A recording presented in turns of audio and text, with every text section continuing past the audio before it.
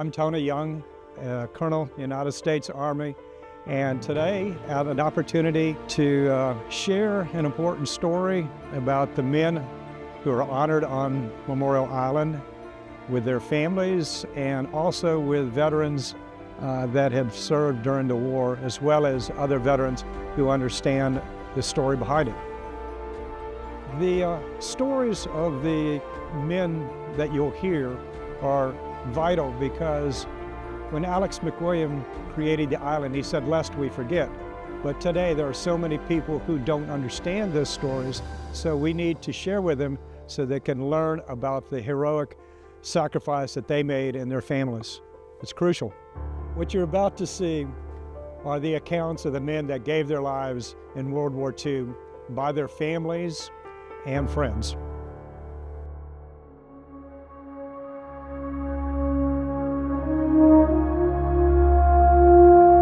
My brother was James Powers Loudermilk. When he got out of the high school, he joined the Marine Corps, and he got deployed to the Pacific. He was a wire runner, I called him, where they hauled the communications wires between all the units. And he landed on Iwo Jima, and on the second day, he died in a mortar attack. The one thing I always thought about, even when I was in Vietnam, was the people that stayed there. The people that were killed were the heroes.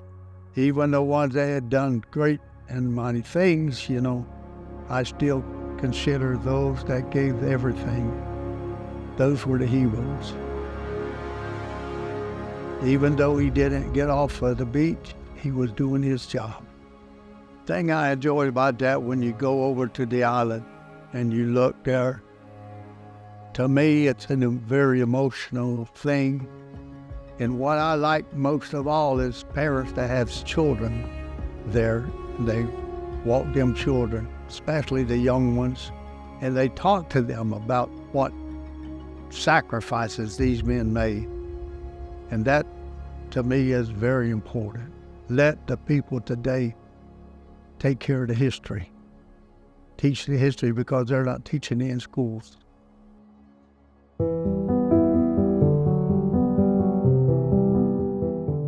Charles was on a merchant ship, and he sailed the Atlantic Ocean twice in 1942, and he was only 20 years old when he enlisted.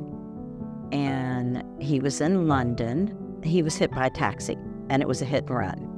And so Grandma was notified in August of 1943. I don't think she got notified until a little bit later. But anyway, August of 1943, that her son, Charles Adrian Harlock, was killed.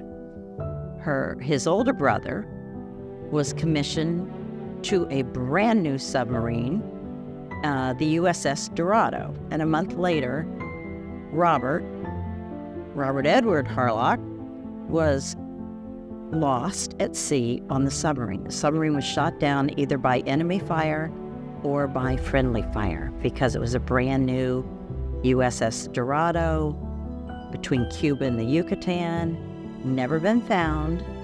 So Robert and Charles, two brothers, my poor grandmother, lost two children that were still young, and the third son was also in the Navy, Arthur Harlock, and Art Harlock was brought home because Grandma had already lost two boys. He was brought home and served at the Naval Air Station here in Vero. Kind of like Saving Private Ryan. They got the third boy home. Then he was in an accident here with a train crash in a car. It was during the blackout. So she almost lost him. He lived. I will tell you that I went to Hawaii, and Hawaii has a submarine memorial besides the Arizona and everything else. And the El Dorado's memorial was there, and the name of the men. And when I saw Robert Edward Harlock's name, even though I never knew him, and I knew he was my mother's brother, it just brought tears to my eyes. So history needs to be remembered. History needs to know what a sacrifice it is for freedom that families give. And for this family to have given 2 up, almost the 3rd one, is just amazing, and how they survived and continued. And that's why I'm here. I learned from my mother, Alice Harlock Hamilton. She attempted for years. I have letter after letter after letter that she sent to the city, she sent to the county, she sent all over the place, because during, I don't know which hurricane it was, the markers over there on Memorial Island, they were not to be found. So I read those letters and the effort that she put into it, and Aunt Wanda, and I guess Uncle Art was on some of those too, all 3 of them. Yeah, but mostly your mom. It was mostly my mom, yeah. She wanted them to be remembered. And she finally did get them. She got the markers are there. They're there now at Memorial Island. So I learned from Mom the importance of remembering those fallen in the war.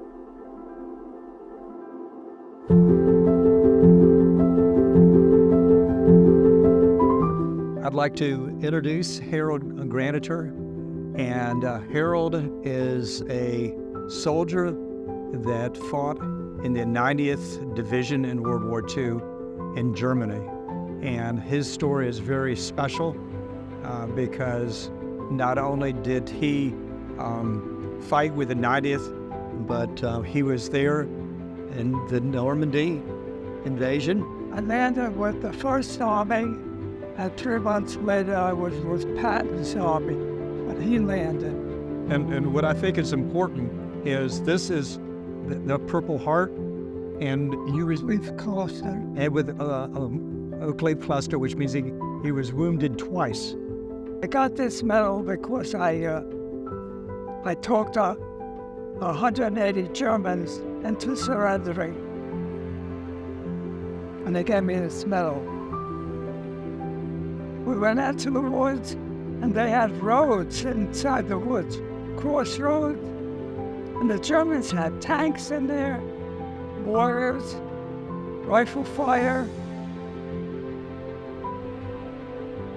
And we walked right into that. They had everything zeroed in. And before the end of the day, in those woods, were like my squad had 7 guys left at the end of the day. Well, the officers were gone.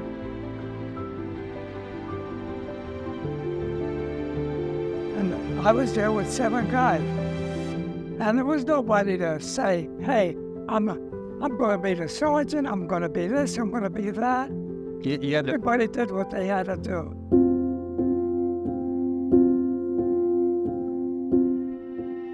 My name is Barbara Rice, and I'm going to be talking about my uncle, Robert Lee Anders Hurst. My uncle was born in Winter Beach and was raised in Winter Beach and Wabasso, and went to school at Wabasso School, graduated from the 8th grade there, 1939. He was my mother's brother.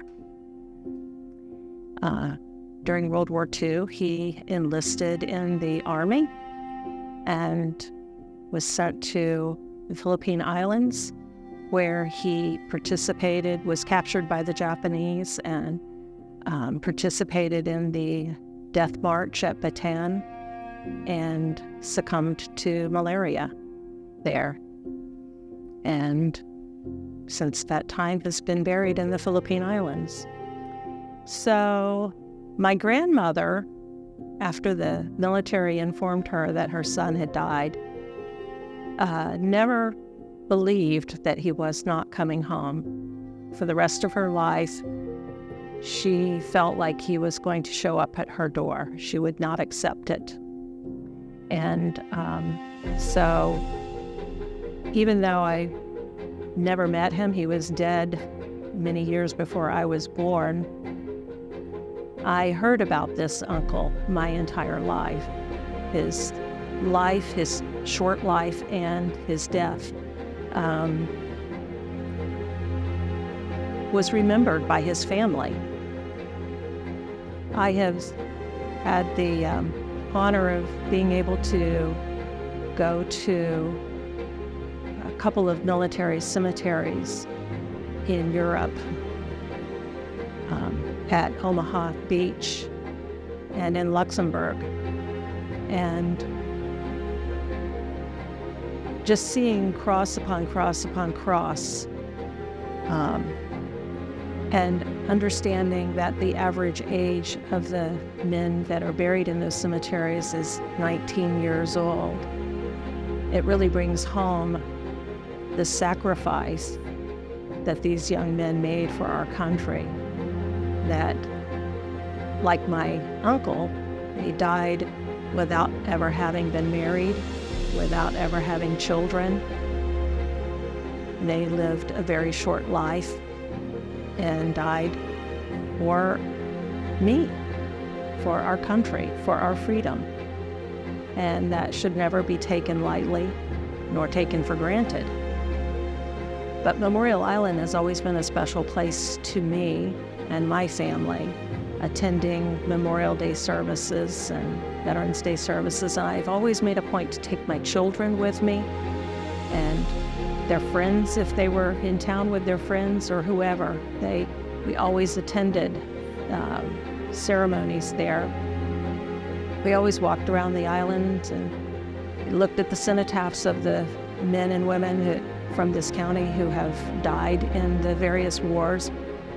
I think it's very important for them to remember, for us to remember, the sacrifices that have been made for our freedoms. And I think it's altogether too easy for us to forget history. And we should never do that.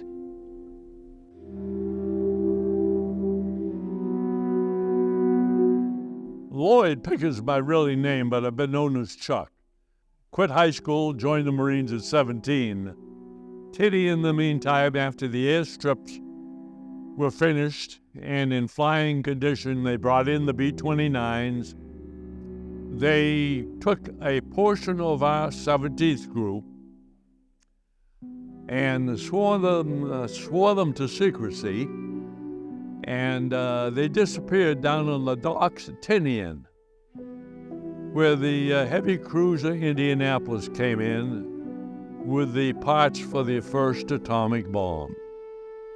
And due to the secrecy of the whole thing, they kept those guys separate, and they unloaded the parts of the bomb and trucked them around down to a segment of the B-29s down in one corner that was fenced in especially. They had to modify a couple of those B-29s in order to carry the atomic bomb. They had to open the bomb bays and refix them, open them up different. Big deal. So anyway, finally, unbeknown to everybody, the Enola Gay took off from right down there below us and dropped the bomb. And then the other B-29 followed suit and dropped the other one. Yeah. Felt pretty good, just like you saw on the newsreels. Everybody running and jumping around, going crazy. It felt pretty good. And of course, from the fighting branch, we should be very proud of those that lost their lives in doing it and accomplishing that, yeah.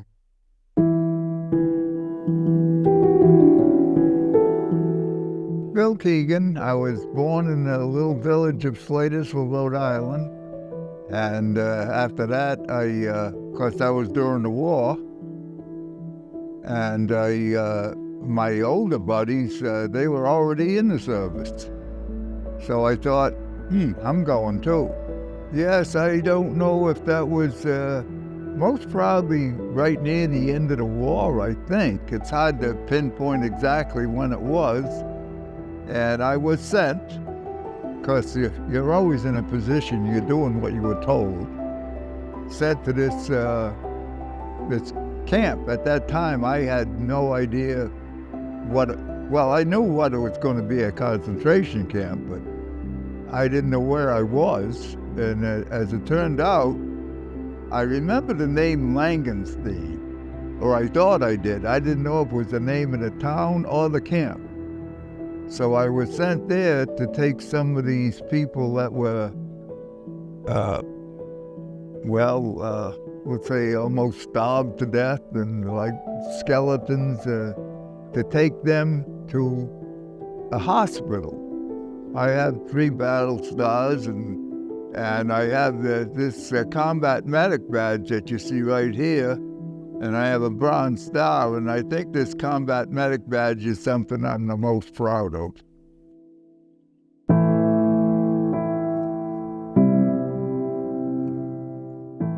My name is Leon E. Barnwell. Clifford came from Titusville, Florida, and he went over to Hawaii, and I think within 1941, the Japanese bombed Pearl Harbor, and they blew the boat up.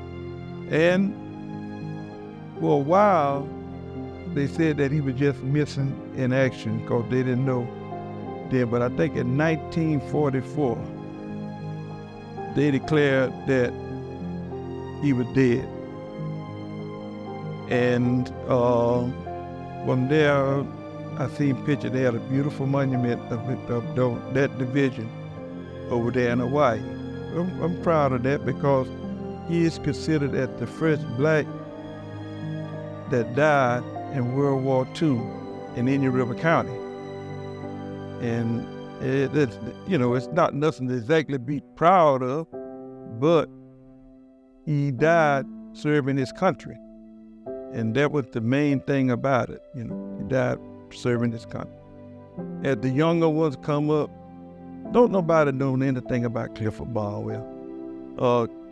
Al know, Sylvester know, but them younger kids, they don't.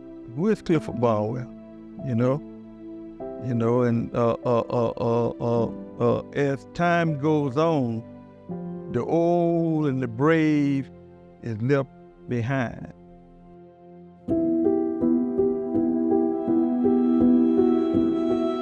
So I'm Jack McAfee, and we're here because of my uncle, Ernest Sheffield, who was killed in the Battle of the Bulge.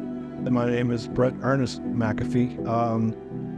Always knew that my middle name was after my grandmother's brother, so that would have been his uncle. And in 1941, he graduated, and he also tried to later enlist in the Army.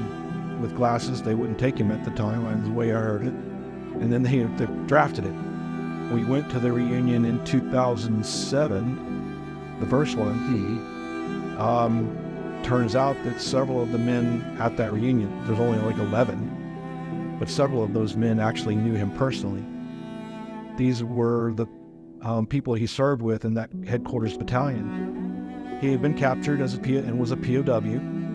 The Germans were using POWs to clean up towns where they were before getting shipped off to a camp necessarily. And they were cleaning up the streets when the Allies passed over Bitburg on a bombing mission. And whether it was a secondary target or whatever, they dropped their bombs on Bitburg. And people with the POWs, you're not there with your group, you're there and you become part of a group, and the commanders and those folks knew that he had passed. They knew he was in an area that took direct hits. Pearl Harbor happened. The call went out for young men to go and fight for their country, and he answered that call like so many did. And then ultimately made the ultimate sacrifice. But I just hope that we today will never forget what these young men went through and the courage and dedication that they showed. It just thrills me to no end today at what they were able to do.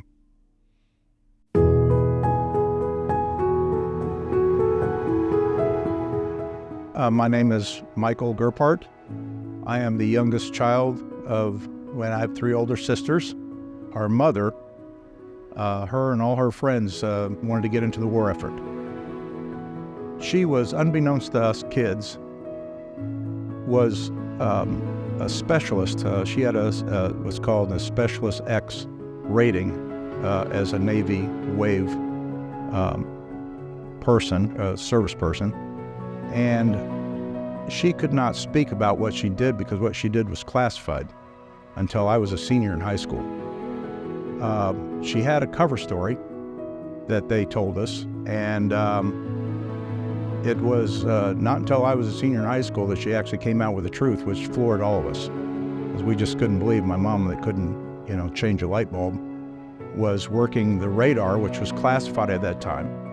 She sat in the top of the control tower out at the Navy Air Station, and she had a headset on, and she watched the radar, and she would talk on the radio, communicate with the pilots, and as part of the training exercise. She also kept track of them in case something happened. They went down, or there's an accident, or they had malfunction, or whatnot. And she would then relay on her headset down to the ACC, the Air Control Center, which is the strategic room that was below her in the tower, where they had dead reckoning and all the other maps that they had icons on that they would place and track and keep track of the aircraft as they were flying around. She was very committed. She didn't talk about it much. I think partially because she wanted to keep her oath of office and the secrecy about what she did, so she wasn't very verbal when we were growing up about what she did. She, of course, was not in a position to see any combat herself, but she trained men that she heard later that she knew perished in action. And I think that affected her, and I don't think she chose to talk about that much either. I know it was probably a very exhilarating time for her. It was probably the thing that made her the most relevant, or feel the most relevant about what she did and her contribution to the war. Because everybody, big job, small job, it was important. When the news of VJ Day came, and she was the one that relayed it to everybody in the ACC, that came from her voice, so she was kind of proud of that as well. On her deathbed, I asked her, I said, since you served in the military, because I knew how important that was to her, since you served in the military, would you want us to request a military service at your funeral? Which is kind of a very sensitive thing for a son to ask your mom, and something I didn't choose to want to discuss with her, but I felt compelled to ask. And she said, oh no, don't go to any of that kind of trouble. Don't go to that kind of trouble for me. I said, what if we would want it? And once again, she broke out in tears. It's only the third time I saw her cry. But it was incredibly important to her. It was a time that I would not have known much about if it weren't for her stories, her photographs, her scrapbook from those days, and how it changed her life, completed my dad's life, was responsible for our family being here in Vero Beach, and everything that came from that time forward. She had an incredible experience here, and I think a very valuable story that people might want to hear.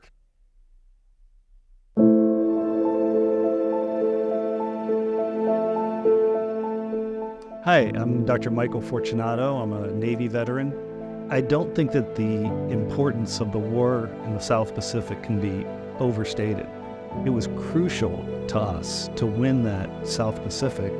Otherwise, Japan would have had naval power and air power, and the outcome could have been very, very different. So these guys that spent years of their life isolated, dealing with terrible living conditions, the humidity, almost all of them got malaria at one point, plus all the other heat illnesses. And then with injuries, they did not have the quick medevacs that we had. You got to remember, Iwo Jima is pretty much out there, and to get sent off that island was a major feat.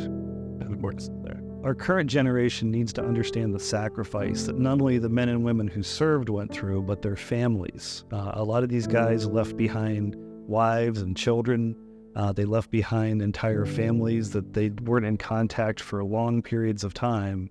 And when they came back, it was a different time as well. So they are truly to be commended and honored, and we hope to do that through this World War II memorial.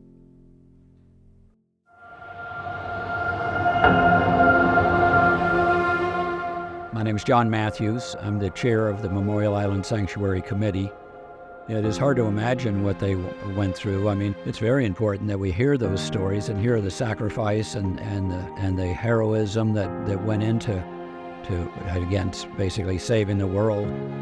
Unfortunately, like my father was a World War II veteran. He wasn't a Marine, but he came back and just went to work, and which is the case of most of the World War II veterans. They didn't really talk about it much, and of course, not everybody engages the enemy, eyeball to eyeball, so to speak, but of course, many did in these campaigns, but all of those were important. And even though the veterans, many didn't pass on it, and many of them have passed on, those that are still with us, we need to hear their story and capture it. And thank you for helping to capture those stories, because it is important for the country's history. And future generations need to hear these stories and need to know what those veterans did for our country and for them. And without stories like these being told, it really kind of dissolves or dissipates, and nobody knows those stories. So it's very, very important, and why we're building the tribute to the World War II veterans on Memorial Island. And it will not only be important to Vero and to Indian River County, but it'll be a regional monument. People will come from all over for that purpose. So really very, very important.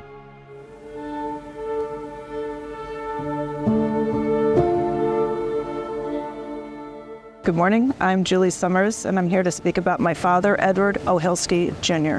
Well, I think I should start with the fact that my father was the son of Polish immigrants, and he was very proud of being an American, probably especially because of that. His parents really instilled upon him that it was fortunate to be able to be in the United States. He didn't learn English until he was 7 years old, when he started to go to school. And throughout his grade school and high school, again, it was just instilled upon him to be proud to be an American and lucky to be here. Like his parents came from communist Poland. And of course, with the war starting right out of high school, he immediately enlisted, like they all did back then. And he was very proud of that. When he tells the story, he didn't talk a lot about being in the war so much, unless he was asked specifically. But what he did really talk about was how he and everybody else just lined up. He said there was no question whether they were going to go in the service or not. It was an automatic, it was their duty, and it was their privilege. It was the big thing was his privilege to be able to serve for our country. Well, he went off to the war, a boy, first of all. Yeah, of course, like they all did. And that's one thing he told me too, that when he went to the war, they didn't know exactly what to expect. Never traveled to these places, foreign places, never been away from Mama. And he did also say that when he went to the war, in combat, one thing that he pressed upon was that the kids there were kids. And two things. One is that they would cry out for Mama. When they were getting shot, they were literally crying out for Mama. He heard it all over the battlefield, he'd say. And also, there were no atheists in the war because everybody was praying to some God. He said that was one thing that became very clear. No atheists allowed the war.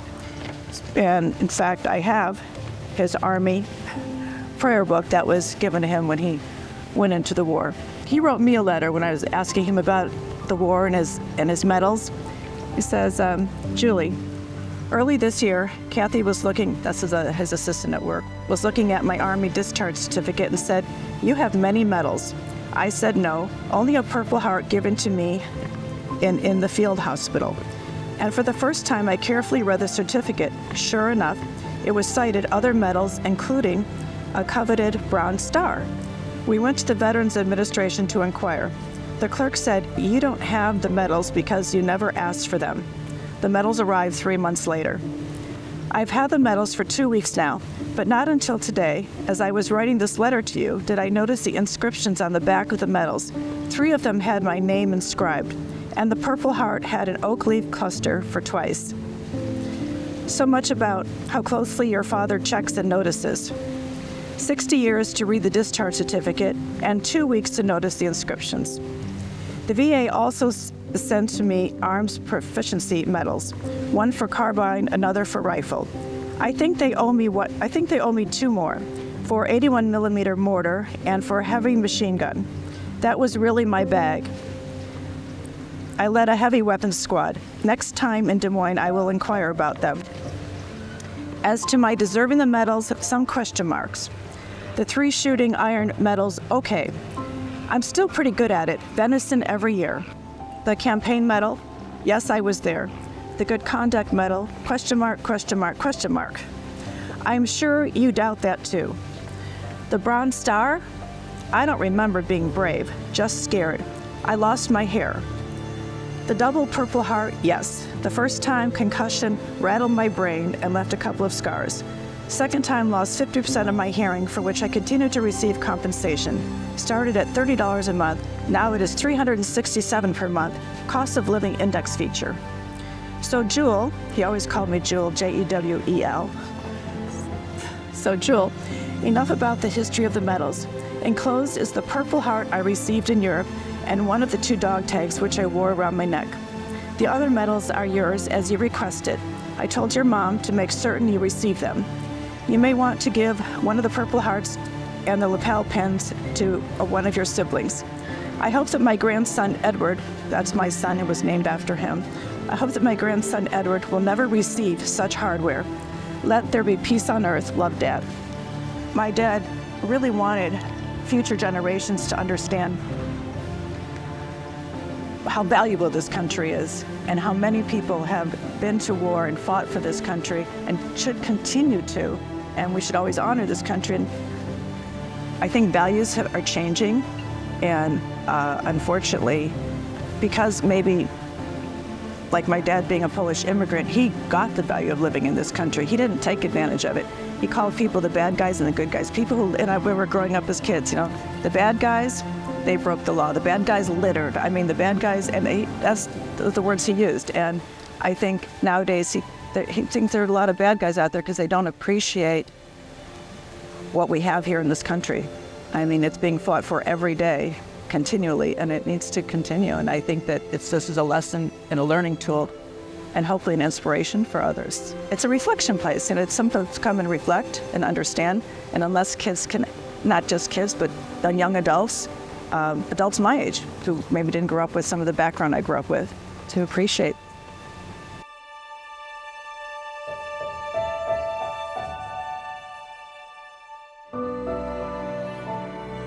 We're here on Veterans Memorial Island, a sanctuary for those that have made the supreme sacrifice. The World War II tribute is in honor of 42 that actually gave their lives during World War II. So it's a crucial, like World War I and the other campaigns, to recognize these men and the families that have sacrificed so much. It's important to remember these stories that you've heard from the families, because the most important aspect is to teach others how vital it is to be a selfless servant to our country.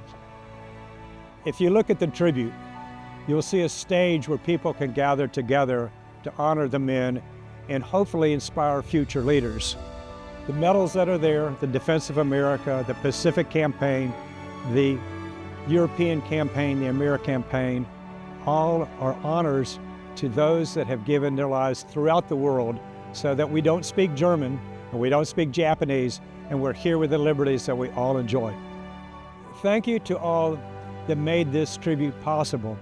It will be here for decades to come, and our hope is that in decades to come, we continue to have the leaders that represent our community in such a noble fashion.